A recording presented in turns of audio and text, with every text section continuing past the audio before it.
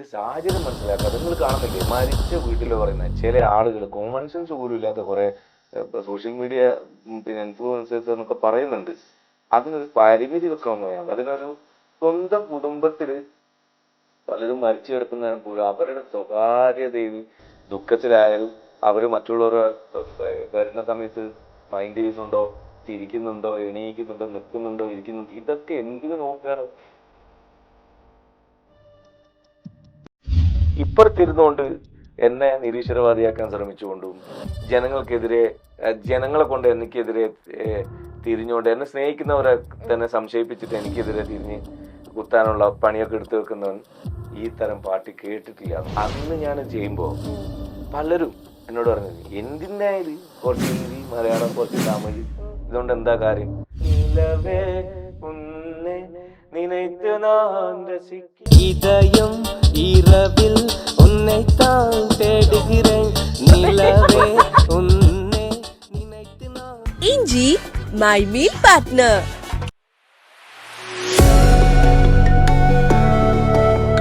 എപ്പോഴെങ്കിലും ഒക്കെ ചിന്തിച്ചു ഇപ്പൊ കോളേജിലേക്ക് ഇപ്പം ഈ ഒരു കാലഘട്ടത്തിൽ വിളിക്കുമ്പോൾ ഫസ്റ്റ് ടൈം വിളിച്ചപ്പോൾ പേടി തോന്നി. കാരണം ഇപ്പോഴത്തെ പിള്ളേരുടെ പൾസ് എല്ലാവരും ഈ ദപ്സി അല്ലെങ്കിൽ വേടൻ, ഹനുമാൻ കൈൻഡ് അല്ലെങ്കിൽ തിരുമാലി അങ്ങനെ ഒരുപാട് റാപ്പേഴ്സിന്റെ കേട്ട് വളർന്നേക്കുന്ന ഒരു വൈബാണ് കോളേജിൽ.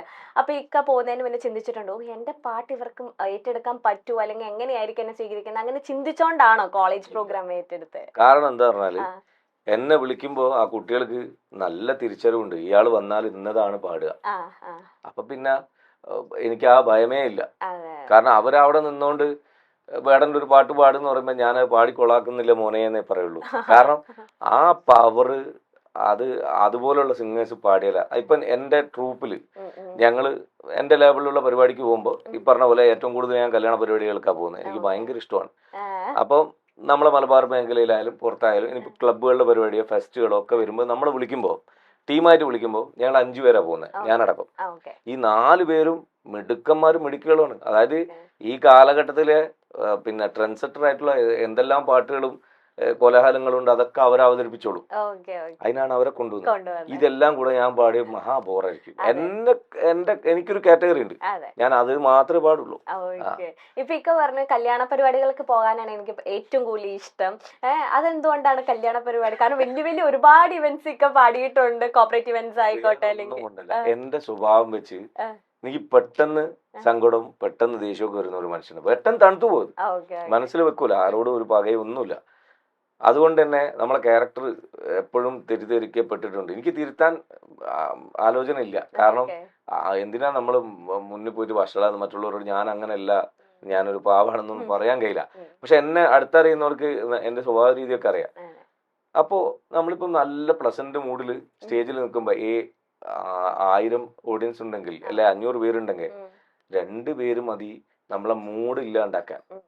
നമ്മളെ ഒരു നെഗറ്റീവ് കൊണ്ട് അവിടെ നിന്ന് എന്തെങ്കിലും നീ മറ്റേത് പാടാൻ കഴിയില്ലെങ്കിൽ ഇറങ്ങിപ്പോടാന്നൊക്കെ പറയില്ലേ, ആ സാധനം വരുമ്പോ നമ്മൾ ടയർഡാവും. മറ്റുള്ള പാവം സിംഗേഴ്സ് എന്താ ചെയ്യാന്ന് പറഞ്ഞാല് അവസരം നഷ്ടപ്പെട്ടു എന്ന് പേടിച്ചിട്ട്, അല്ലെ പിന്നെയും സമൂഹത്തിൽ തുടരണ്ടേന്ന് വിചാരിച്ചിട്ട്, അല്ലെങ്കിൽ അവരെ തെറ്റിദ്ധരിക്കുമല്ലോ ജനങ്ങൾ എന്ന് വിചാരിച്ചിട്ട് ഒന്നും പ്രതികരിക്കില്ല. ഞാൻ അങ്ങനല്ല, ഞാൻ മൈക്കില് അതിന് ഉടനടി മറുപടി പറയും. ഇപ്പൊ ഈ വരുന്ന വഴിക്കൊക്കെ ചിന്തിച്ചു ഇക്കയുടെ ആ ഹിറ്റായ പാടി ഇപ്പൊ ചക്കരച്ചുണ്ടിലായിക്കോട്ടെ, ഇപ്പൊ ദിൽഹേ ഫാത്തിമ ആയിക്കോട്ടെ, അങ്ങനെ ഒരുപാട് പാട്ടുകളൊക്കെ ഇന്ന് ട്രെൻഡിങ് ആണ്. ഇക്കയ്ക്ക് പുറത്തിറങ്ങി കാല് കുത്തുമ്പോഴേ സെൽഫീസ് എടുക്കാനായിട്ട്. കാരണം ഇന്ന് ഒരു വീഡിയോ ട്രെൻഡ് ആയിട്ടുണ്ടെങ്കിൽ ഭയങ്കര സെൽഫി, നമുക്ക് പുറത്തിറങ്ങാൻ ഭയങ്കര ബുദ്ധിമുട്ട്, അല്ലെങ്കിൽ മാസ്ക് ഇട്ടുകൊണ്ടൊക്കെ നടക്കണം. അപ്പൊ ഇക്ക പറഞ്ഞു ഓർക്കണ്ട, അന്നത്തെ കാലത്ത് വോയിസ് ആണല്ലോ രജിസ്റ്റർ. ഇപ്പൊ നമ്മുടെ ഫേസ് രജിസ്റ്റർ ആണെങ്കിലും ബസ്സിലിരുന്ന് എന്റെ പാട്ട് തന്നെ ഞാൻ കേട്ടിട്ട് ഇറങ്ങാൻ നേരത്തെ ഞാൻ പറഞ്ഞ സാഹചര്യം ഉണ്ടായിരുന്നു. ഞാനാട്ടോ പാടി ജീപ്പില്. അപ്പൊ ഇന്നിപ്പോ സ്റ്റാർ മാജിക്കിന് ശേഷമാണോ ഇക്കൊക്കെ സെൽഫീസ് അല്ലെങ്കിൽ എടുക്കാൻ കൂടുതൽ, അതോ ആ കാലഘട്ടത്തിൽ ഈ സെൽഫീസ് ഉണ്ടായിരുന്നു? അന്ന് സെൽഫികളില്ല. അന്ന് എനിക്ക് തോന്നുന്നു ക്യാമറയുള്ള ഫോണൊക്കെ കുറെ ഇങ്ങോട്ടാ ഇറങ്ങുന്നത്. പിന്നെ ഈ നമ്മളെ എന്താ പറയണ്ടേ, ഫോട്ടോ സ്റ്റിൽസ് ക്യാമറ ഉള്ള സദസ്സിലേക്ക് നമ്മൾ പോകുന്നെങ്കിൽ അത് വെച്ചിട്ട് കുറെ ആളുകൾ എടുക്കും, അല്ലെങ്കിൽ ഫോട്ടോഗ്രാഫറെ വിളിച്ച് കൂട്ടിക്കൊണ്ടാണ്ട് എടുക്കുന്ന പരിപാടിയൊക്കെ ഉണ്ടായിരുന്നു. അത് ഞാനും ചെയ്തിട്ടുണ്ട്, എനിക്കിഷ്ടപ്പെട്ട ആളുകളൊക്കെ നമ്മുടെ നാട്ടിൽ വന്നപ്പോ. അപ്പോ അതിനുശേഷം ഈ കാലഘട്ടത്തിൽ ആയിരുന്നു ദിൽഹേ ഫാത്തിമ ഇറങ്ങിയിരുന്നെങ്കിൽ സെൽഫി കൊണ്ട് ബുദ്ധിമുട്ടൊന്നും ഞാൻ വിചാരിക്കുന്നില്ല. അതൊരു ബുദ്ധിമുട്ടല്ല. നമ്മളുടെ സാഹചര്യം മനസ്സിലാക്കിയിട്ട് നമ്മളടുത്ത് ആളുകൾ വന്ന് ഫോട്ടോ എടുക്കുന്ന സംസാരിക്കുന്നതൊക്കെ നമുക്ക് ഭയങ്കര സന്തോഷം. കാരണം എത്രയോ 10,000-കണക്കിന് കലാകാരന്മാർ കൂടുതൽ നമ്മളെ പരിഗണിക്കുകയാണല്ലോ, നമ്മളെ പേരവർക്ക് അറിയുന്നുണ്ടല്ലോ, അത് തന്നെ അത്ഭുതം എനിക്ക്. അപ്പോൾ അതേ സ്ഥാനത്ത് നമ്മൾ സാഹചര്യം, ഈ ഉദാഹരണത്തിന് പറയാ, ഒരു 2.5 മണിക്കൂർ പ്രോഗ്രാമിന് നമ്മൾ പോകുമ്പോൾ അത് നടത്തിയെടുക്കുന്ന കമ്മിറ്റിക്ക് ഉണ്ടാകുന്ന ഒരു പ്രഷർ ഉണ്ട്. അവർക്ക് ഈ നിയമപാലകർ അനുവദിച്ചു കൊടുത്ത ടൈമിനുള്ളിൽ തീരണം. അപ്പം അതിപ്പോ ഒരു ഷൂട്ടിംഗ് ആണെന്ന് വെച്ചോ, വലിയ മേഖലയുള്ള ആളുകളെ കുറിച്ച് പറയുകയാണെങ്കിൽ ചിലർ പറയും അവർക്ക് ജാട ഉണ്ട്. എന്താണ് ഈ ജാട?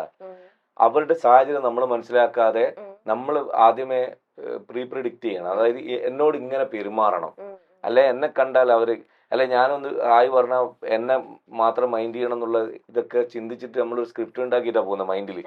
അതുപോലെ പെരുമാറി കിട്ടിയിട്ടില്ലെങ്കിലാണ് നമ്മൾ ഈ ഒരാൾക്ക് ജാട എന്ന് പറഞ്ഞ് ചാപ്പൂത്തി കൊടുക്കുന്നത്. സംഗതി എന്താണ്? ആ ഷൂട്ടിംഗ് ആയാലും സ്റ്റേജ് ആയാലും ഒക്കെ അത് മനോഹരമായിട്ട് കഴിഞ്ഞു പോകുന്നത് വരെ ആ സാഹചര്യത്തിന്റെ ഇടയിൽ ഒരു ഡിസ്റ്റർബൻസും ആർട്ടിസ്റ്റിന്, ഏത് ആർട്ടിസ്റ്റിനായാലും ഉണ്ടാകാൻ പാടില്ല എന്ന് വിശ്വസിക്കുന്ന ഒരാളാണ്. അയാളെ ജോലി കൃത്യമായിട്ട് ചെയ്യട്ടെ.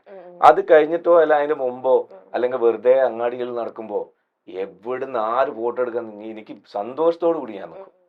അത് ഞാനെന്നല്ല, എല്ലാ ആർട്ടിസ്റ്റുകളും നിൽക്കും. എന്റെ അഭിപ്രായത്തിൽ ഇത് സാഹചര്യം മനസ്സിലാക്കുക. നിങ്ങൾ കാണുന്നില്ലേ, മരിച്ച വീട്ടിൽ വരെ പോയിട്ട് കുറെ, എല്ലാവരും അല്ലേ പറയുന്നത്, ചില ആളുകൾ കോമൺ സെൻസ് പോലും ഇല്ലാത്ത കുറെ സോഷ്യൽ മീഡിയ പിന്നെ ഇൻഫ്ലുവൻസേഴ്സ് എന്നൊക്കെ പറയുന്നുണ്ട്. അതിനൊരു പരിമിതി വെക്കണം എന്നാണ് ഞാൻ പറയുന്നത്. അതിനൊരു പിന്നെ ഇങ്ങനത്തെ ഇത്ര ക്വാളിറ്റി ഉള്ള അല്ലെങ്കിൽ ഇന്നെന്ന സാംസ്കാരിക ബോധം ഉള്ള ആളുകൾ ചെയ്താൽ മതി എന്നുള്ളവർക്ക് വരണം. കാരണം സ്വന്തം കുടുംബത്തിൽ പലരും മരിച്ചു കിടക്കുന്നതിനും പോലും അവരുടെ സ്വകാര്യതയിൽ ദുഃഖത്തിലായാലും അവർ മറ്റുള്ളവർ വരുന്ന സമയത്ത് മൈൻഡ് ചെയ്യുന്നുണ്ടോ, ചിരിക്കുന്നുണ്ടോ, എണീക്കുന്നുണ്ടോ, നിൽക്കുന്നുണ്ടോ, ഇരിക്കുന്നുണ്ടോ, ഇതൊക്കെ എന്തിനു നോക്കുകയാണ്?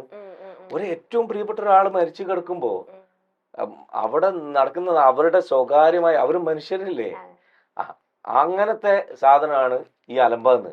അല്ലാതെ സ്നേഹത്തോട് അവസരം മനസ്സിലാക്കി, സാഹചര്യം മനസ്സിലാക്കി, ഷാഫിക്കല്ലേ എന്ന് ചോദിച്ചല്ലേ, ഇന്ന ആളല്ലേ എന്ന് ചോദിച്ചിട്ട് ഒരു ഫോട്ടോ, അതിനെന്താ, ആരാ നിക്കാത്ത? നമ്മളിപ്പോ ആശുപത്രിയിൽ കുഞ്ഞുങ്ങളെയും കൊണ്ടുപോയി, അല്ലെ അങ്ങാടിയിൽ മീൻ വാങ്ങിക്കാൻ പോയി, അവിടെ ഒക്കെ പിടിച്ചു നിർത്തിയിട്ട് എന്നോട് മരണം വീട്ടുന്ന 2 വരി പാടുമെന്ന് ചോദിച്ച ആളുണ്ട്. ദേശം അങ്ങോട്ട് മാറി, ഞാൻ കൂട്ടിക്കൊണ്ടുപോയി ഇപ്പൊ ചെവിയിൽ അയാൾക്ക് നല്ല പാട്ടങ്ങൾ പാടി കൊടുത്തു. അതോടെ പുള്ളി പോയി.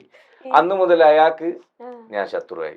എനിക്ക് ശത്രു ഉണ്ടാകുന്ന ഇങ്ങനെ കേട്ടോ, ഒന്ന് എന്റെ രാഷ്ട്രീയം നോക്കിയിട്ട്, രണ്ടാമത് ഞാൻ ഈ പറയുന്ന നല്ല കാര്യങ്ങൾ, നല്ലത്, അതായത് എല്ലാ മനുഷ്യരെയും സ്നേഹിക്കി, എല്ലാവരും ഒരുമിക്കട്ടെ, എല്ലാ മനുഷ്യരും എല്ലാ വേദങ്ങളും കൂടെ ഒരേ മാനവികതയാണ് പറയാൻ ഉദ്ദേശിച്ചത്.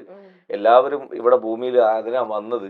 നമ്മൾ പരസ്പരം തല്ലുകൂടാനല്ല, നിങ്ങളെ വിവിധ ഗോത്രങ്ങളാക്കിയിരിക്കുന്നത് പരസ്പരം തിരിച്ചറിയാൻ എത്രയെന്ന് ഖുർആൻ പറയുന്നുണ്ട്, ഞാൻ പഠിച്ച വേദം. അപ്പൊ ഈ സത്യം നമ്മൾ ജനങ്ങളോട് വിളിച്ചു പറയുമ്പോ അത് നീ പറയണ്ട, ഞങ്ങളുണ്ട് ഇവിടെ. അങ്ങനെ ഒരു ടീമൊന്നുമില്ല. അങ്ങനെ ഒരു പ്രത്യേക ടീമിന് പറയാനുള്ള, പഠിച്ചിട്ടുള്ള എല്ലാവരും ദൈവത്തെ കുറിച്ച് പറയണം. ഞാൻ വിശ്വസിക്കുന്ന, ഞാൻ അനുഭവിക്കുന്ന ദൈവത്തെ കുറിച്ച് എനിക്ക് പറയാൻ കഴിയണം. ഒന്ന്, ഞാൻ ഇത് പറയുന്നതുകൊണ്ടാണ് രണ്ടാമത്തെ ശത്രുക്കൾ ഉണ്ടാകുന്നത്. മൂന്നാമത്തെ ഒന്ന്, ഈ പറഞ്ഞ സാഹചര്യം മനസ്സിലാക്കാണ്ട് നമ്മൾ നിന്നൊടുക്കാത്തതിന്, മരിച്ച വീടുന്നു അല്ലെ നമ്മൾ അസുഖമായിട്ട് കിടക്കുന്നിടത്തുനിന്നൊക്കെ സെൽഫിക്ക് നിന്നൊടുക്കാത്തതിനും പാട്ട് പാടാത്തതിനുള്ള ശത്രുക്കൾ. രണ്ടാമത്തത് ഈ പറഞ്ഞ പോലെ നമ്മുടെ രാഷ്ട്രീയം നോക്കിയിട്ടുള്ള ശത്രുക്കൾ. മൂന്നാമത്തത് നമ്മളെ ഈ നിലപാടുകൾ, നല്ല നിലപാടുകൾക്കെതിരെ നിൽക്കുന്ന കുറെ ശത്രുക്കൾ.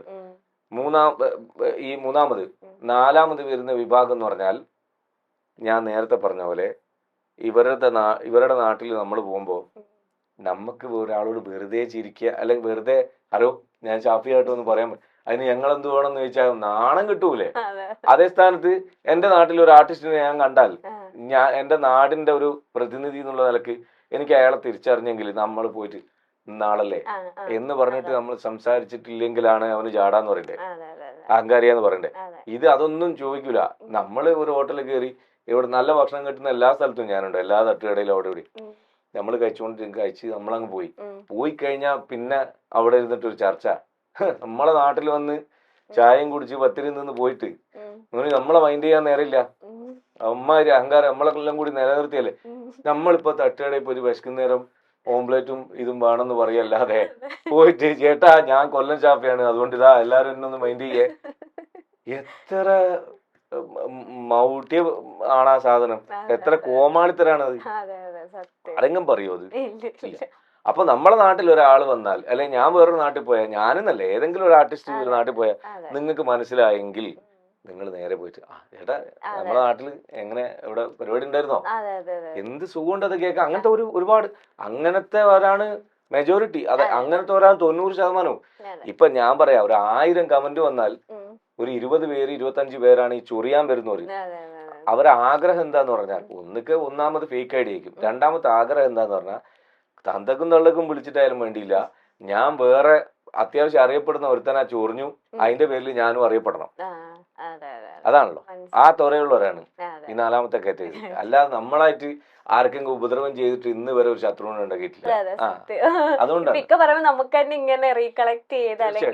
ഈ പറഞ്ഞ ഭക്തിഗാനത്തില് എനിക്ക് വളരെ പ്രിയപ്പെട്ട ഒരെണ്ണം, നമ്മൾ വല്ലാതെ തളർന്നു പോകുന്ന നിമിഷത്തില് ആരുമില്ല ഒന്നുമില്ല ഞാനൊന്നും ആയില്ല എന്നൊക്കെ വിചാരിച്ചാല് നമ്മൾ അവിടുന്ന് പോസിറ്റീവിലേക്ക് കൊണ്ടുവരാൻ വേണ്ടിയിട്ട് പിന്നെ ഉള്ള കുറെ പാട്ടുകൾ അത് ഞാൻ പരമാവധി എഴുതാൻ ശ്രമിച്ചിട്ടുണ്ട്. ഈ കൊറോണ കാലത്ത് സിതാര പാടിയൊരു പാട്ടുണ്ട്, പറയല്ല റബ്ബിനോട് ഈ ദുരിതങ്ങളേറെ വലുതായി, പറയൂ ദുഃഖങ്ങളോട് എന്റെ പടച്ചോനേറെ ബലവാൻ, എന്നും അവനാകുന്നു ഗുണവാൻ എന്ന് പറയാ. എന്ന് പറഞ്ഞാല് പടച്ചോനോട് ഇതെല്ലാം ഭയങ്കര ദുഃഖമായിട്ട് നിങ്ങൾ പറയണ്ട, ഈ ദുഃഖങ്ങളോടൊക്കെ പറയാ, എന്റെ ദൈവത്തിന് ഈ ദുഃഖം കഴിഞ്ഞ് അടുത്ത ഒരു സന്തോഷം തരാൻ ഞാൻ ഇത്ര നിമിഷം കൊണ്ടു. അതുകൊണ്ട് ആ പോസിറ്റിവിറ്റി ഉണ്ടാക്കാൻ വേണ്ടി അവരെ ഈ ആഗമന ഉദ്ദേശം നമ്മൾ ജനിച്ചിരിക്കുന്ന നിയോഗം എന്തിനു വേണ്ടിയിട്ടാണ്, ആ ബോധവൽക്കരണത്തിനൊക്കെ ഞാൻ എഴുതിയിട്ടുണ്ട്. ഇപ്പുറത്തിരുന്നുകൊണ്ട് എന്നെ നിരീശ്വരവാദിയാക്കാൻ ശ്രമിച്ചുകൊണ്ടും ജനങ്ങളെ കൊണ്ട് എനിക്കെതിരെ തിരിഞ്ഞുകൊണ്ട് എന്നെ സ്നേഹിക്കുന്നവരെ തന്നെ സംശയിപ്പിച്ചിട്ട് എനിക്കെതിരെ തിരിഞ്ഞ് കുത്താനുള്ള പണിയൊക്കെ എടുത്തു വെക്കുന്നവൻ ഈ തരം പാട്ട് കേട്ടിട്ടില്ല എന്നുള്ളതാണ്. ഞാൻ എന്താണ് പൊതുജനത്തോട് ദൈവത്തെ കുറിച്ച് പറയുന്നത്? ഈ എന്നോട് തർക്കിക്കാൻ വരുന്നവൻ ഒരുപക്ഷെ അയാൾക്ക് എന്നെക്കാൾ അറിവൊക്കെ ഉണ്ടായിരിക്കാം, പക്ഷെ ദൈവത്തെ മനസ്സിലാക്കിയതിൽ എവിടെയോ തെറ്റിപ്പോയിട്ടുണ്ട്. കാരണം ഞാൻ അത്ര ബ്യൂട്ടിഫുൾ ആയിട്ടാണ് ഇന്ന് വരെ നീ എന്തിനാണ് പഠിച്ചോനെ എന്നെങ്ങനെ പഠിച്ചേ കഷ്ടപ്പെടുത്തുന്നത്, അങ്ങനത്തെ ഒരു ചോദ്യവും എൻ്റെ ഭാഗത്തുനിന്ന് ഒരൊറ്റ ഭക്തിഗാനത്തിലില്ല. ഉണ്ടെങ്കിൽ നിങ്ങൾക്ക് ഇതിന്റെ അടി കമന്റ് ചെയ്യാം. ഒരൊറ്റൊന്ന് ഇത്ര അനുഭൂതി അനുഗ്രഹങ്ങളും തന്ന ആ വിശാലമായ പ്രകൃതിയെ കുറിച്ചാണ് ഞാൻ പറഞ്ഞുകൊണ്ടിരിക്കുന്നത്. പ്രകൃതിയിൽ മുഴുവൻ ദൈവത്തിന്റെ കയ്യൊപ്പുണ്ട്. ലാ മൗജൂദ ഇല്ലല്ലാഹ്, ലാ മഅബൂദ ഇല്ലല്ലാഹ്, ലാ ഫായില ഇല്ലല്ലാഹ്. ഇതൊക്കെ വിശ്വസിക്കുന്ന ആളാണ്. അറബിയിൽ പറഞ്ഞെന്നുള്ളൂ, എല്ലാ ഭാഷയിലും ഉണ്ട്. എല്ലാം ഒറ്റൊന്നു തന്നെയാ. അങ്ങനെ എല്ലാ കാറ്റഗറി ആളുകളെയും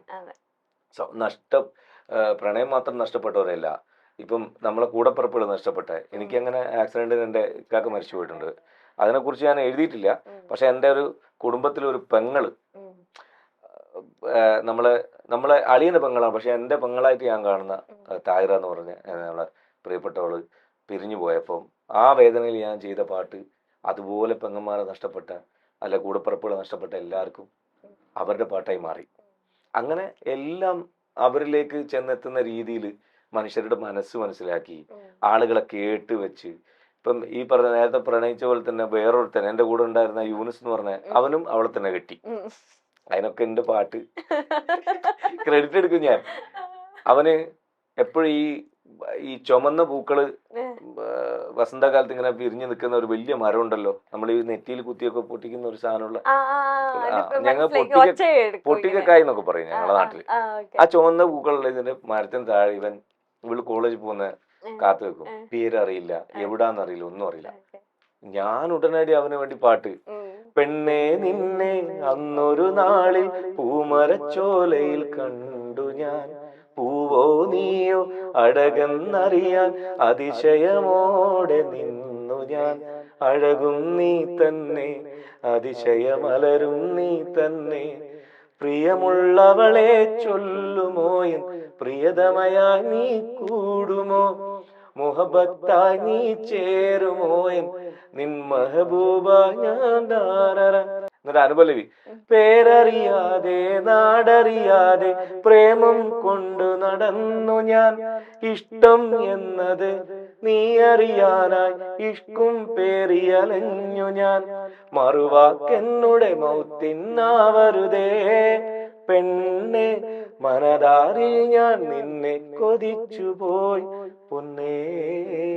ആ വിളിയിലൊക്കെ ഇവളെ ഇംപ്രസ് ചെയ്യണം. സീറ്റ് ഈ പാട്ട് അവന് ഉപകരിച്ചു.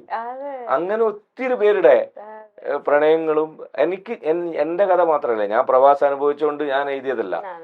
എനിക്ക് ചുറ്റുമുള്ള പ്രവാസികളുടെ വേദനകൾ ഞാൻ കണ്ടിട്ട് ഇന്നും ഞാൻ കാണുന്നുണ്ട്.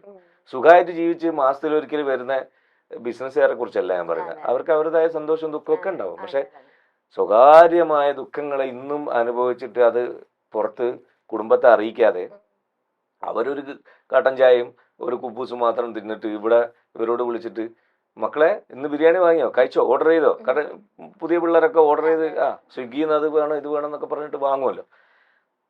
എന്നിട്ട് സ്വന്തം കുടുംബത്തിന് ഏറ്റവും നല്ലത് തിന്നിക്കാനും ഉടുപ്പിക്കാനും ശ്രമിക്കുന്ന കുറേ മനുഷ്യന്മാരുണ്ട്, പച്ചയായ മനുഷ്യന്മാർ. ഇന്നും ദുബായിലുണ്ടായിട്ട് ദുബായിലെ വിശാലമായ ഈ കെട്ടിടങ്ങളും സമുച്ചയങ്ങളും അല്ലെങ്കിൽ പർദീസകളൊന്നും കാണാത്ത എത്ര മനുഷ്യന്മാരുണ്ട്. നല്ലൊരു വണ്ടി കയറാത്ത എത്ര പേരുണ്ട്. അവർക്ക് വേണ്ടിയുള്ള പാട്ടുകളത്. ചിലർ അപൂർവം ചിലർ പറയും ഗൾഫുകാർക്ക് ഇപ്പൊ അങ്ങനത്തെ ബുദ്ധിമുട്ടൊന്നും. അവൻ ഗൾഫുകാരെ അല്ല കണ്ടിരിക്കുന്നേ, അവന് ഈ കോട്ടും സോട്ടും ഒക്കെ ഇട്ടിട്ടുള്ള കുറച്ച് ആൾക്കാരെ. ഈ കോട്ടിന് പിന്നിലും കരയുന്ന ആൾക്കാരുണ്ട്, അതും അവനറിയില്ല. എനിക്കറിയാം. ഞാൻ ഇവരുടെ കൂടെയൊക്കെ പോയിട്ട് കിടന്ന് ഉറങ്ങി ജീവിച്ച് മനസ്സിലാക്കിയ സത്യങ്ങളെയാണ് നമ്മൾ എഴുതിക്കൊണ്ടിരിക്കുന്നത്. അതുപോലെ തന്നെ ഇക്ക പറഞ്ഞിട്ടുണ്ട് ഇങ്ങനെ ഉമ്മേനെ സന്തോഷിപ്പിക്കാൻ വേണ്ടി വലിയ കാറില് കൂളിംഗ് ഗ്ലാസ് ഒക്കെ ഇട്ട് ഒരു ഫോട്ടോ ഉമ്മയ്ക്ക് അയച്ചു കൊടുത്തു. ഞാൻ ഇവിടെ സുഖമായിട്ട് നിൽക്കാം. ഉമ്മാന്റെ നാടും കൂടിയാണ് ആന്ധ്ര. ഉമ്മാന്റെ ഉപ്പ മലയാളിയും ആലിക്ക എന്ന് പറയുന്ന ഫോട്ടോഗ്രാഫർ, ഉമ്മയുടെ ഉമ്മ പട്ടാണിയാണ്. അപ്പൊ അവരുടെ കുടുംബമൊക്കെ അവർക്ക് മലയാളം ഒന്നും അറിയില്ല. അതുകൊണ്ട് തന്നെയാണ് ദിൽഹ ഫാത്തിമയൊക്കെ ഉണ്ടായത്, അവർക്കും കൂടെ കേൾപ്പിക്കാൻ വേണ്ടി. ഈ കള്ളിപ്പെണ്ണയില് കള്ളിപ്പെണ്ണേ ചെല്ലക്കുയിലെ മുല്ലപ്പൂവിൻ ചേലുള്ളോളെ, ഉടനടി പ്യാരേ മേരേ ദിൽ കി റാണി പ്യാസ് ലഗേ തോ തൂ ഹേ പാനി, നീ എന്റെ സ്നേഹത്തിൻ സുൽത്താനല്ലേ, നിന്നോടെ എനിക്കെന്നും മുഹബത്തല്ലേ, വർണ്ണങ്ങൾ വിരിയും ഈ താഴ്വാരത്ത് വരുമെന്നും ഞാൻ എന്റെ പ്രിയനോടൊത്ത്. അനുപല്ലവില് ഇഷ്ക് ജോ ഹേ മീഠി ദർദ് ഹേ വോ തൂനെ ദിയാ മുജ്കോ മേരെ പിയ. പെട്ടെന്ന് മലയാളി വന്ന് ഒത്തിരി മോഹത്തിൻ മുത്തുകളാൽ. അന്ന് ഞാൻ ചെയ്യുമ്പോ പലരും എന്നോട് പറഞ്ഞത് എന്തിനായത്, കുറച്ച് ഹിന്ദി മലയാളം കുറച്ച് തമിഴ്, ഇതുകൊണ്ട് എന്താ കാര്യം? ഞാൻ അന്നൊന്നും പറഞ്ഞില്ല. എനിക്ക് റഹ്മാൻ സാറാണ് പ്രോഗ്രാമിംഗിലെ മോഡൽ, എന്റെ ഗുരു. അദ്ദേഹം ഒന്നിനും മറുപടി വരും. പടയപ്പ ഇറങ്ങി ആ സമയത്ത് അദ്ദേഹത്തിന്റെ വീടിന് വരെ കല്ലെടുത്തെറിഞ്ഞ ആരാധകരുണ്ട്, അണ്ണന്റെ ആരാധകർ. അപ്പോ അന്ന് അവർക്ക് തോന്നിയിട്ടുള്ള ബുദ്ധിമോശം എന്ന് പറയാം. പിൽക്കാലത്ത് അവർക്ക് ക്ഷമ ചോദിക്കേണ്ടി വന്നിട്ടുണ്ട്. രണ്ടാമത് റീ റിലീസ് ആയില്ലേ, ആ പാട്ട് കൊണ്ട് കളി. ആ പാട്ട് എവർഗ്രീൻ ആണ്. ഈ സ്ലോ പോയിസൺ ആണ് പുള്ളിയുടെ സംഗതികൾക്ക്. നമുക്ക് ഒറ്റയടിക്ക് ഇപ്പൊ ചിക്കുബുക്ക് കേട്ട് രാജാ സാറിന്റെ സംഭവബോലമായ പാട്ടുകൾ കേട്ടോണ്ടിരിക്കുമ്പോ, നമ്മൾ മെലഡീസ് കേട്ടുകൊണ്ടിരിക്കുമ്പോ വേറൊരു സ്റ്റൈൽ ഓഫ് പ്രോഗ്രാമിങ്, ഒരു പിന്ന് വീണാൽ വരെ കേൾക്കുന്ന മിക്സിംഗ് ഒക്കെ അറ്റ് എ ടൈമിൽ നമ്മൾ നദീം ശ്രാവണിനെയും അനു മാലിക്കിനെയും ഒക്കെ കേട്ടിട്ട് നമ്മൾ ബോളിവുഡിന്റെ പാട്ടുകൾ അല്ലെ രാജാ സാറിന്റെ ലെജൻസ് ആയിട്ടുള്ള രാജാ സാർ ചെയ്തിട്ടുള്ള പാട്ടുകളൊക്കെ കേൾക്കുമ്പോൾ മിക്സിങ്ങില് ഭയങ്കര വ്യത്യാസം. പുള്ളിക്കാരൻ ചെയ്തിരിക്കുന്നത് എത്ര ഇൻസ്ട്രുമെന്റ്സ് ഉപയോഗിച്ചോ, എത്ര ട്രാക്ക് ഉണ്ട്, അതെല്ലാം ഇൻഡിവിജ്വൽ ആയിട്ട് നമ്മുടെ ചെവി കേൾക്കുന്നു. അങ്ങനെ ഒരു പ്രോഗ്രാമിങ് ചെയ്ത മനുഷ്യൻ ഒരു പടത്തിൽ തന്നെ വളരെ ഡിഫറൻസ് ആയിട്ടുള്ള, നമുക്ക് ഉദാഹരണത്തിന് എടുത്ത് പറയാണെങ്കിൽ റോജ ഉണ്ട്, ജീൻസ് ഉണ്ട്, അങ്ങനെ കുറെ ഉണ്ട്. കുറെ ഇങ്ങോട്ട് പറയുകയാണെങ്കിൽ മോഹിത് ചൗഹാനെ കൊണ്ട് 10 പാട്ടുകൾ പാടിച്ചിട്ടുള്ള റോക്ക് സ്റ്റാർ.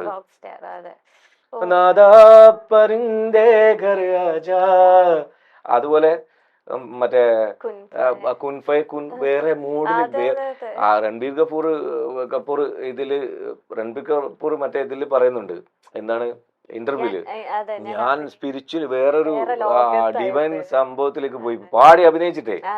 അപ്പൊ അയാളുടെ പാട്ടിന്റെ ഒരു ഒടുക്കതാണ്. അതുപോലെ നമുക്ക് ചെയ്യാൻ പറ്റിയെന്നല്ല ഞാൻ പറഞ്ഞത്. അതായിരുന്നു എന്റെ പ്രോഗ്രാമിങ്ങിന്റെ ഐഡിയ. ഉദാഹരണത്തിന് ശശിയേട്ടൻ, ശശികൃഷ്ണ ചെയ്തിട്ടുള്ള BGM ആണ് ഇപ്പം പട്ടുടുത്തിന്റെ. പട്ടുടുത്ത് മുന്നിൽ വന്ന പെണ്ണേ നീ മുത്തുമാല കോർത്തു വച്ചതാർക്കു വേണ്ടി, സ്വപ്നം കൊണ്ട് സ്വർഗം തീർത്ത കൽവിൽ ഈ ഇഷ്ടമാകെ കാത്തു വച്ചതാർക്കു വേണ്ടി, ചൊല്ലു റജില എന്റെ റജില. ഈ പാട്ട് ചെയ്യുമ്പോൾ ഒരു 6/8 ചിണ്ടക്ക് ചിട്ടക്ക് ചിണ്ടക്ക് ചിട്ടക്ക് വെറുതെ തബല അല്ലെ ഡോലിൽ വായിച്ചാൽ മതി എന്നുള്ള മൂഡിലാണ് ശശിയേട്ടൻ. ശശിയേട്ടനടുത്ത് ഞാൻ പറഞ്ഞു തബല് വേണം, നാദസ്വരം വേണം. എടാ അത് മാപ്പിള പാട്ടുകൾ അല്ലെങ്കിൽ മലബാറിന്റെ പാട്ടുകളില് ഞാൻ പറയും ഇത് ആൽബം അല്ലേ, മാപ്പിളപ്പാട്ടിന്റെ ചായ്വ് ഇശല അവിടെ ഉണ്ടല്ലോ, നമുക്കൊരു പരീക്ഷണം.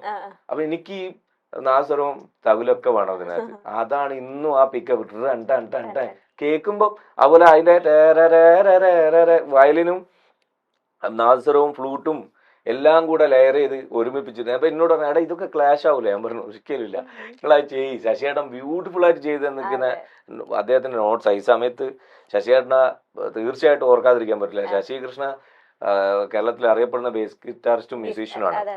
അതുപോലെ തേജേട്ടൻ ഞങ്ങളുടെ നാടിന്റെ അഭിമാനമാണ്, തേജ് മെർവിൻ, തേജേട്ടൻ, അങ്ങനെ ഇപ്പോൾ സലാം ബീരോളി, ഇവരെല്ലാം തന്നെ നമ്മൾ പറഞ്ഞു കൊടുത്ത സജഷൻസ്, മ്യൂസിക് അറിയാത്ത, നൊട്ടേഷൻ സ്വരങ്ങളായി പറഞ്ഞു കൊടുക്കാൻ അറിയാത്ത, എഴുതി കൊടുക്കാൻ അറിയാത്ത എന്നെ പോലെ വായോണ്ട് ഇങ്ങനെ വായിക്കണമെന്ന് പറഞ്ഞ് അംഗീകരിച്ച ആളുകൾ, ലെജൻസ്, അവരത് ചെയ്തു വെക്കുമ്പം നമ്മൾ ഈ ഐഡിയ പറഞ്ഞു കൊടുക്കാനുള്ള കാരണം റഹ്മാൻ സാറിന്റെ പാട്ടുകളാണ്.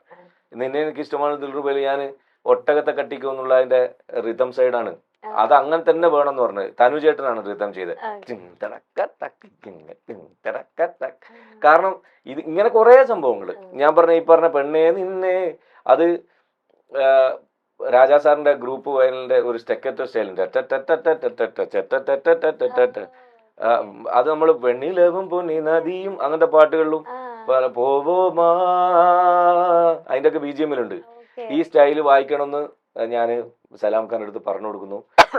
ഇങ്ങനെ ഒരാളിനെ റോൾ മോഡലാക്കി ആ സ്റ്റൈൽ ഓഫ് സാധനം ചെയ്യാൻ ശ്രമിച്ചതിന്റെ മാറ്റങ്ങൾ കൊണ്ടുവരാൻ ശ്രമിച്ചതിനെയാണ് ഇവിടുത്തെ കേരളത്തിലെ നല്ല തിരിച്ചറിവുള്ള ആസ്വാദകർ അന്ന് അംഗീകരിച്ചു, അവരുടെ പുതിയ തലമുറയെ. അത് നമ്മൾ ഇത്രയും ശ്രദ്ധിച്ചും ഹാർഡ് വർക്ക് ചെയ്തു നമ്മളെ ഓഡിയൻസ് ആദ്യം ഒരു പൂതിക്ക് കിനാവ് എന്ന് പറഞ്ഞ വർക്കിറക്കി, അതില് പരാജയമായി പോയി. അത് മാത്രമല്ല എന്റെ കുറച്ച് ഏരിയയിലുള്ള ആളുകളെ കേട്ടുള്ളൂ, ഞാൻ നേരിട്ട് സെയിൽ ചെയ്താണ്. പിന്നെ എനിക്ക് മനസ്സിലായി സ്വീകരിക്കാൻ കുറച്ചെങ്കിലും ആളുകളുണ്ട്. സുന്ദരി നീ വന്ന ഗസലായി എന്നവൻ കൽബിൽ നിന്നുള്ള ഹരിയേട്ടൻ, ഹരി ക്ലബ്സിന്റെ ബാനറിൽ ഇറങ്ങിയ പാട്ടിലൂടെയാണ് കുറച്ചും കൂടെ ഹൈപ്പ് കിട്ടുന്നത്. അപ്പൊ എനിക്ക് മനസ്സിലായി ഓഡിയൻസ് സീരിയസ് ആയിട്ട് എന്നെ കാണുന്നുണ്ട്. അപ്പൊ എനിക്ക് ഉത്തരവാദിത്തം കൂടി. അപ്പൊ നെക്സ്റ്റ് നെഞ്ചിടിപ്പായി, നെക്സ്റ്റ് എങ്ങനെ കൊടുക്കും. പക്ഷെ ഭാഗ്യത്തിന് അൽഹംദുലില്ലാ പടച്ചോൻ സഹായിച്ചിട്ട് എല്ലാം എന്റെ മൈൻഡിലേക്ക് വന്ന് ചേർന്ന് 1 by 1. ഇന്നിപ്പോ ഇൻഡിവിജ്വൽ ആൽബം എന്ന് പറഞ്ഞാൽ ഒരു സിംഗിൾ പാട്ടാണ് അല്ലെ? അങ്ങനെ നോക്കുകയാണെങ്കിൽ എത്ര ആൽബം ഉണ്ട്. അതായത് ഒരു ആൽബത്തിനകത്ത് ഞങ്ങൾ 10-13 പാട്ടാണ്, MP3 പ്ലസ് കുറെ പാട്ട് വേറെയും.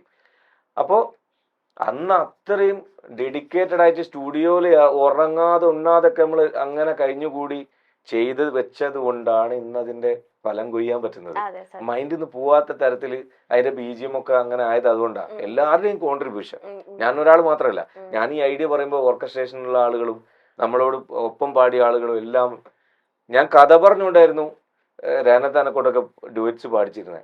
എന്റെ കഥ ഷെരീഫ് ഖാനോടൊക്കെ എന്റെ കഥ പറഞ്ഞു കൊടുക്കും. എന്റെ പ്രണയത്തിൽ ഇങ്ങനെ സംഭവിച്ചപ്പോഴാണ് ഞാൻ ഇന്നത് എഴുതിയത്, അത് ഇങ്ങനെയാണെന്നൊക്കെ പറഞ്ഞ് കണ്ണൊക്കെ നിറഞ്ഞ് ഞാൻ ഇമോഷണലി, ഞാൻ എന്റെ പ്രായം അതാണല്ലോ, 24 വയസ്സ് 25 വയസ്സിലൊക്കെ ഇവരെ പാടിക്കുന്നത്.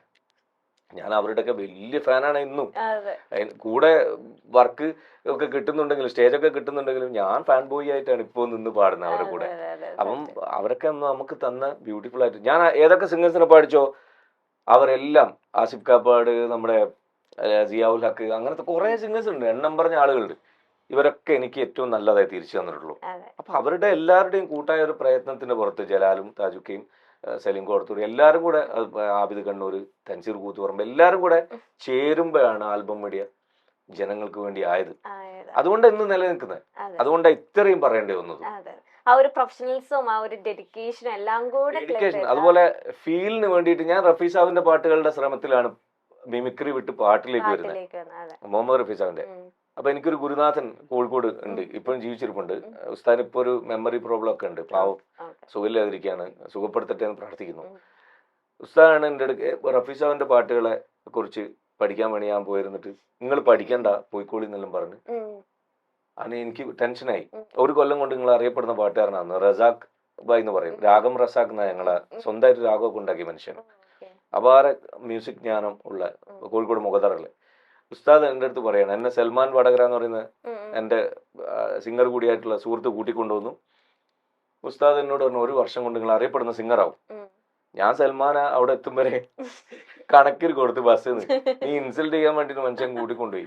പാടി പകുതി ആയപ്പോ തന്നെ പുള്ളി നിർത്തിച്ചു. ഞാൻ റഫീഖാന്റെ ഈ പാട്ട് പാടിയത് न छटको जुल्फ से पानी ये मोती टूट जाएंगे तुम्हारा कुछ न बिगड़ेगा मगर दिल टूट जाएंगे न छटको जुल्फ से पानी ये भीगी रात ये भीगा बदन ये हुस्न का आलम. ഇത് പാടുമ്പോഴത്തെ നിർത്തിക്കോ, നിങ്ങൾ പഠിക്കൊന്നും വേണ്ട, പോയിക്ക് 1 കൊല്ലം കൊണ്ട് അറിയപ്പെടുന്ന പാട്ടാണ്. ഞാന് പറഞ്ഞു നീ എന്നെ ഇൻസൾട്ട് ചെയ്യാൻ കൊണ്ടുപോയതാ, ഞാൻ പാടാൻ കൊള്ളൂലെന്ന് എനിക്ക് മനസ്സിലായി. ആൾ അത്രയും ശിഷ്യന്മാരെ ഇടയിൽ ഞാൻ കുറെ പ്രാവും കുറെ ശിഷ്യന്മാരും എല്ലാവർക്കും ചായ വാങ്ങിച്ചു കൊടുക്കുക, ഇതൊക്കെയാണ് ഉസ്താദിന്റെ പണി. അങ്ങനെ 1 കൊല്ലം കൊണ്ട് പറഞ്ഞ പോലെ അദ്ദേഹത്തിന് വാക്ക് ഫലിക്കുന്നു, ദീർഘവീക്ഷണം ഫലിക്കുന്നു, അത്രയും ബോധമുണ്ട് മൂപ്പർക്ക്. അപ്പോ ഞാനും ഓടിച്ചെന്ന് ഈ 1 കൊല്ലത്തിനടുക്ക് എത്രയോ ശിഷ്യന്മാർ വന്നു പോയിണ്ടാവില്ലേ, ഉറപ്പല്ലേ? എന്നെ എങ്ങനെ ഓർക്കാനാ, എന്റെ പാട്ടും കേട്ടിട്ടുണ്ടാവില്ല. ഞാൻ ചെന്നപാട് ചോദിക്കുന്നു എന്നോട് ഇപ്പൊ എന്തായി, നിങ്ങളെന്താ വിളിക്കുന്നത്, നിങ്ങളെന്താ വിചാരിച്ചേ? ഒരു പാട്ടുകാരന് വേണ്ടത് ഹൃദയം കൊണ്ട് പാടാനുള്ള കഴിവാണ്, ഒരു വേദന അതിനകത്ത് വേണം. ആ വേദന അദ്ദേഹം എന്റെ വോയിസ് കേട്ടു. ഇതല്ലാതെ ഒരു പ്ലാൻസോ ഭയങ്കര ഹൈ ഒക്ടേവ് പാടാനുള്ള കഴിവോ, ഭയങ്കരമായ ഒരാളെ സംഗീതപരമായിട്ട് അതിശയിപ്പിച്ച് കുറച്ച് സ്വരങ്ങൾ പാടാനുള്ള കഴിവോ അറിവോ എനിക്കില്ല. ഒരു സംഗീതത്തിന് ബാക്ക്ഗ്രൗണ്ടും ഇല്ല. പാട്ടിനെ പ്രണയിച്ചു, എന്നെ പാട്ടും പ്രണയിച്ചു. ഉള്ളിലെ വേദനകൾ മുഴുവൻ പാട്ടിലേക്ക് വന്നു, എഴുത്തിലേക്ക് വന്നു. അത് കേട്ടപാടെ അറിവുള്ള മനുഷ്യന് മനസ്സിലായി. അപ്പൊ ദേഷ്യം അങ്ങനെ തന്നെയാണ്. ഒരു 5 മിനിറ്റ് അത് കഴിഞ്ഞാൽ അത് അറിയുന്നവരാണ് എൻ്റെ വീട്ടുകാരും ഏറ്റവും അടുത്ത കൂട്ടുകാരും. അതുകൊണ്ട് അവരെന്ത് ചെയ്യുന്ന ആ സമയത്ത് ക്ഷമിക്കും. ഞാൻ 5 മിനിറ്റ് കൊണ്ട് നടക്കും. അപ്പം ഇവരുടെ അടുത്ത് പോയി കരയുമ്പോൾ ഉമ്മയും റജലയും പറയും, എന്തിനു മറ്റുള്ളവർക്ക് വേണ്ടിയിട്ട് നീ ഇങ്ങനെ തള്ളേണ്ട ആവശ്യം എന്താ? നിനക്ക് പഠിച്ചോന്ന് തന്ന കഴിവിനെയാണ് നീ പ്രകടിപ്പിച്ചുകൊണ്ടിരിക്കുന്നത്. അത് ഇഷ്ടപ്പെടാൻ എല്ലാവരും ഇഷ്ടപ്പെടണമെന്നില്ല. ഞാൻ തന്നെ പല ഇന്റർവ്യൂസിലും പറഞ്ഞിട്ടുണ്ട്, പ്രപഞ്ചം മുഴുവൻ സൃഷ്ടിച്ചു എന്ന് വിശ്വസിക്കുന്ന ഭൂരിപക്ഷവും ലോകത്ത് വിശ്വാസികളാണല്ലോ. നമ്മൾ വിശ്വസിക്കുന്ന എന്ത് പേരിട്ട് വിളിച്ചാലും ആ ശക്തി, ദൈവത്തെ എത്ര ആൾക്ക് അഭിപ്രായ വ്യത്യാസമുണ്ട്. നമുക്ക് വേണ്ടി ഇത്രയൊക്കെ ചെയ്തെന്ന സ്വാതന്ത്ര്യ സമര സേനാനികളെ കുറിച്ച്, നമ്മുടെ പൂർവികരായ നാടിന് ഗുണം ചെയ്തവരെ കുറിച്ച്, എത്രയോ നല്ല രാജ്യം കാക്കുന്ന പട്ടാളക്കാരെ കുറിച്ച്, എത്രയോ നല്ല തൊഴിലാളികളെ കുറിച്ച്, ഈ ലോകം ഇന്ന് കാണുന്ന രീതിയിലേക്ക് നിർമ്മിച്ചെടുക്കാൻ കഷ്ടപ്പെട്ട ശാസ്ത്രജ്ഞന്മാരെ കുറിച്ച്, അല്ലെങ്കിൽ നല്ല നടന്മാർ, നല്ല കോൺട്രിബ്യൂഷൻ എല്ലാ മേഖലയിലും ചെയ്ത എല്ലാവരെ കുറിച്ചും എതിരഭിപ്രായങ്ങൾ ഇല്ലാണ്ട് ഒരു മനുഷ്യൻ ജീവിച്ചു പോയിട്ടുണ്ട് അവിടെ. എല്ലാവർക്കും അത് കേൾക്കേണ്ടി വരും. നൂറ്റാണ്ടുകൾക്ക് ഇപ്പുറം കേൾക്കുന്നില്ലേ പലരും? അപ്പൊ പിന്നെ ഇത്രയൊന്നും ചെയ്തിട്ടില്ലാത്ത കേവലം 4 പാട്ടും പാടി ജീവിച്ച എനിക്ക് എന്തായാലും കേൾക്കൂലേ? അതുണ്ടാവും അപ്പുറത്തിപ്പുറത്തൊക്കെ. ഇനി നമുക്കിപ്പോ പാട്ടിന്റെ വിശേഷങ്ങളൊക്കെ കഴിഞ്ഞു. എനിക്കറിയാം ഇക്കൊക്കെ ഭയങ്കര അഭിനയിക്കാൻ ഭയങ്കര ആഗ്രഹമാണ്, പക്ഷെ ചാൻസ് ചോദിക്കാൻ പലപ്പോഴും പേടിയാണ്. എന്താ അറിയോ, ഒന്നാമത് എന്റെ സങ്കല്പത്തിൽ ഞാൻ കാണുമ്പോ നായകന്മാരൊക്കെ അത്യാവശ്യം ഹൈറ്റും അടിപൊളി ബോഡി, ഇതൊക്കെ നമുക്ക് ഈ പറഞ്ഞ സാധനമൊന്നും ഇല്ല. അപ്പൊ പരിമിതികൾ ഉള്ളതുകൊണ്ടുള്ള ബേജാറുണ്ട്.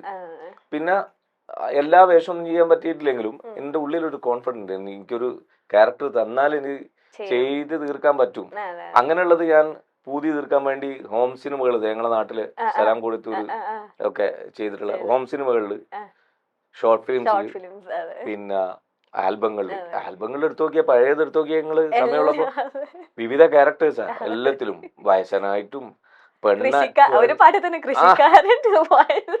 അതെ, ചക്കര ചൂണ്ടല്ലേ, പോലീസുകാരനായിട്ട്, ട്രാഫിക് പോലീസ്, മറ്റേ പെണ്ണായിട്ട് അഭിനയിച്ചിട്ടുണ്ട്. ഒരു പൊന്നും മിന്നും വേണ്ടെന്ന് പറഞ്ഞ സംഭവം. അത് ആ ഒരു സംഭവം ഉണ്ടല്ലോ, അതൊന്ന് കാണിച്ചാൽ മതി, അതൊന്ന് സെർച്ച് ചെയ്ത് കണ്ടാൽ മതി. ഒരു പൊന്നും മിന്നും വേണ്ട, അതെന്താ സംഭവം എന്ന് പറഞ്ഞാല് അതിനകത്തുള്ള ക്യാരക്ടർ സ്ത്രൈണഭാവമുള്ള ഒരു പുരുഷൻ ഓൾറെഡി, അയാളിനെ ഉപയോഗിച്ച് ഒരു പെൺവേഷം കെട്ടിച്ചിട്ട് വേറൊരു ആളിന് പണി കൊടുക്കുന്നത്, 2 പയ്യന്മാരെ കൂടിയിട്ട് വേഷം കെട്ടിക്കുകയാണ്. ആ വേഷം കെട്ടുമ്പോ എന്തായാലും ഞാൻ പെൺവേഷം കെട്ടണം. നല്ലോണം റിസ്ക് എടുത്ത് നമ്മൾ സംസ്ഥാന അവാർഡ് കഴിഞ്ഞ വർഷത്തെ വാങ്ങിച്ചിട്ടുള്ള ചമയക്കാരൻ റഷീദ് വേൾഡ് എന്ന് പറഞ്ഞിട്ട്, മറ്റേ പട്ടണ റഷീദ്ക്കല്ല, പുള്ളിയുടെ ഒക്കെ കൂടെ ഉണ്ടായിരുന്ന റഷീദ് വേൾഡ്, ഞങ്ങളുടെ പ്രിയപ്പെട്ട റഷീദ് ഒക്കെ ചെയ്തത്. ശരിക്കും ഞാൻ ആ ആൽബത്തിന് ഷൂട്ട് കഴിഞ്ഞ് വീട്ടിൽ ഇതേ വേഷത്തിൽ പോയിട്ട് എന്നെ പുറത്തൊന്നും മനസ്സിലായിട്ടില്ല വൈഫിന്. അങ്ങനെ ചെയ്തു വെച്ചിട്ടുണ്ട് പുള്ളിക്കാരൻ. അങ്ങനെ എല്ലാ ഇഷ്ടമുള്ള വേഷങ്ങളൊക്കെ അതിൽ കഴിഞ്ഞു പോയി. പിന്നെ തല്ലുമാലയിൽ അവസരം കിട്ടുന്നു. പിന്നെ ഈ പറഞ്ഞ പോലെ ആദ്യം പുള്ളി വിളിക്കുന്നു എന്ന് പറഞ്ഞപ്പോൾ, ഈ റഹ്മാൻ വിളിക്കുന്നു എന്ന് പറഞ്ഞപ്പോൾ, ഖാലിദ് റഹ്മാൻ വിളിക്കുന്നു പറഞ്ഞ എൻ്റെ AD ആയി വർക്ക് ചെയ്ത ആളാണ് എനിക്ക് മെസ്സേജ് അയക്കുന്നത്. എനിക്ക് വിശ്വാസമില്ല, ഞാൻ അവിടെ ദുബായിലുള്ള വാട്സപ്പിൽ ഞാൻ പറഞ്ഞു അഭിനയിക്കാനൊക്കെ ആഗ്രഹമുണ്ട്, എന്തിനാ ബ്രോ ഇങ്ങനെ കളിയാക്കുന്നത്. നഹാസ് എന്ന് പറഞ്ഞ ആളാണ് അയക്കുന്നത്. അവനും ഇപ്പൊ ഇൻഡിവിജ്വലായിട്ട് ഒരു പടമൊക്കെ ചെയ്തു. അപ്പോ നാട്ടിൽ വന്ന് അവരെ ഫ്ലാറ്റിൽ പോയി കണ്ടപ്പോ പുള്ളി ആദ്യം പറയുന്നത്, ഞങ്ങളൊക്കെ കൗമാര കാലത്ത് കോളേജിൽ കൊണ്ടാടിയത മനുഷ്യങ്ങളെ, ഞാൻ വെറുതെ കാണാൻ വിളിച്ചെന്നുള്ളൂ, നിങ്ങൾ ഓക്കെയാണ്, അടിപൊളിയാണ് പറഞ്ഞിട്ട് അവര് മുസ്ലിം പരാരി ഇവരൊക്കെ കൂടി ആ സെറ്റില് നമുക്ക് തന്ന ഒരു പരിഗണനയും ഇതുണ്ടല്ലോ, ആ അവസരവും ആഷിഖ് ഉസ്മാന്റെ പടത്തില് നമുക്ക് അങ്ങനെ ഒരു അവസരം കിട്ടിയുണ്ട്. കുറച്ചും കൂടെ എനിക്ക് അതിലേക്ക് നമ്മൾ ചക്രചുണ്ടിലുള്ള പാട്ട് റീക്രിയേറ്റ് ചെയ്ത് അങ്ങനെ വീണ്ടും കുറച്ച് സ്റ്റേജുകൾ അധികം കിട്ടി. അതില് ടൊവിനോ ലാസ്റ്റ് സെറ്റിലൊക്കെ ഇരിക്കുമ്പോ എങ്ങനെ വിളിച്ചിരുന്നു, ഒരു നീട്ടി വിളിയുണ്ട്, അത് ചേട്ടനും ഭയങ്കര ഇഷ്ടം. ഈ ഡൗൺ ടു എർത്ത് എന്ന് പറയുന്ന കുറച്ച് കലാകാരന്മാരെ ഞാൻ കണ്ടിട്ടുള്ളത്. മറ്റുള്ളവർ മോശം എന്നല്ല പറയുന്നത്, സിറ്റുവേഷൻ ആണ് ഇതൊക്കെ. അപ്പം വളരെ സിമ്പിളായിട്ട് ഉള്ളൊരു മനുഷ്യനാണ് ടൊവിനോ.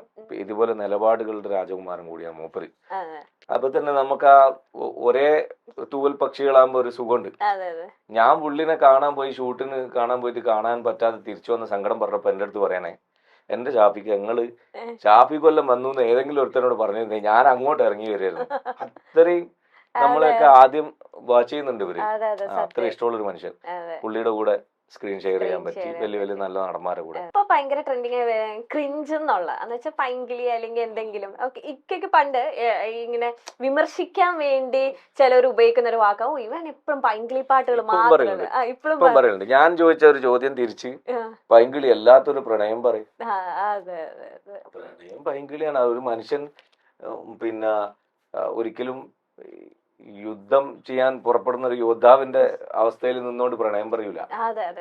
അവൻ ഉണ്ടായിരുന്ന എല്ലാ ഗഡ്സിനെയും ഇല്ലാണ്ടാക്കി മെൽട്ടാക്കി ലോല ഹൃദയനായിട്ട് ഇത് പ്രസന്റ് ചെയ്യുള്ളൂ ഈ കാര്യം.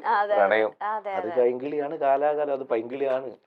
അങ്ങനെയാണെങ്കിൽ നമുക്ക് ഹൃദയത്തിലേക്ക് എടുക്കാനും പറ്റുള്ളൂ.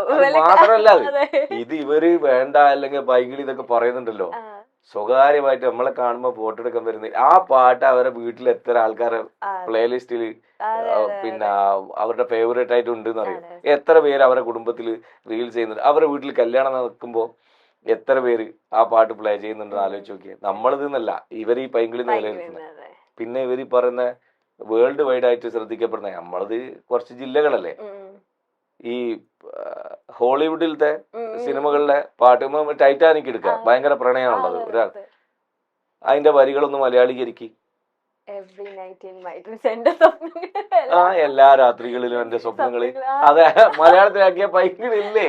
അപ്പൊ ഹിന്ദിയിൽ വരുന്ന പാട്ട്, നിങ്ങൾ ഏത് ഭാഷയിൽ, തമിഴിൽ വരുന്ന പാട്ട്, തമിഴ് ഹിന്ദിയൊന്നും ചിലത് മലയാളീകരിച്ചാൽ നമ്മള് അയ്യോ കഷ്ടം എന്ന് പറയും. ആ ചിലത് നമ്മള് ഇത് നോക്ക്, ഈ ആട്ടം മതിയോ ഇനിയും കുറച്ച് വേണമോ.